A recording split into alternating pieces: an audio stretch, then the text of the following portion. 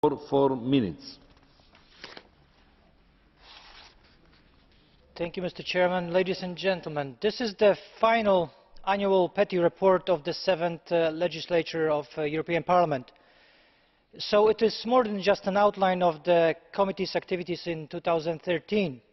It is also an overview of the whole parliamentary term. The basic document is divided into 3 parts. The first part is the work of the committee and the summary of our achievements. The second and the third chapter, the so-called New Horizons and the working methods, are basically proposals for new suggestions to make the committee work more substantial and visible. One of them is the emphasis on the collaboration with the other EU institutions and national authorities. As we all know, Petty is the platform for citizens to voice their concerns, what enables the dialogue. Therefore, it is very important to adopt final internal rules and revise accordingly rules of procedure of the European Parliament to improve Petty working methods. Also, we need clear deadlines to speed up the petition's life cycle, but we must not forget to make the whole process more transparent and democratic. One of the most important tools of Petty Committee are the fact-finding visits.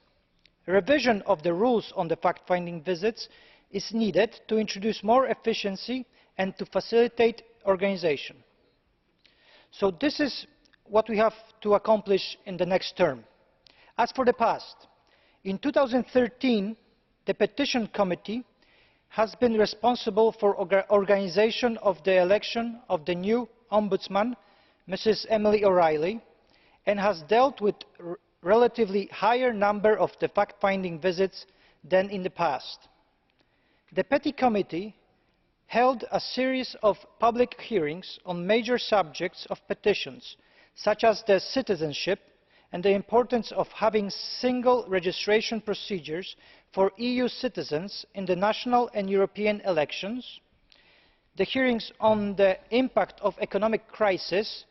The petitioners here criticised the unwillingness of banks to provide investment funding for small businesses, and the hearings on the rights of the handicapped people, and more precisely on the right of the blind persons.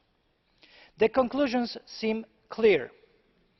Annual dialogue between the members of the Petty Committee and MPs from the Petty Committees in the national parliaments is needed. On top of that, there is a strong recommendation for the use of new information and video facilities for future Petty Committee meetings, which will bring further cost savings in the organisation of its hearings. As for the statistics, about 10,000 petitions since 2009 were registered in European Parliament, of which about 60% have been declared admissible. In 2013 alone, 2,800 petitions were registered. I am convinced that more and more Europeans will address the European Parliament in the future petitions. We need to live up to their expectations and call on the European Parliament to take up the urgent measures to ensure efficient and transparent petitions processing.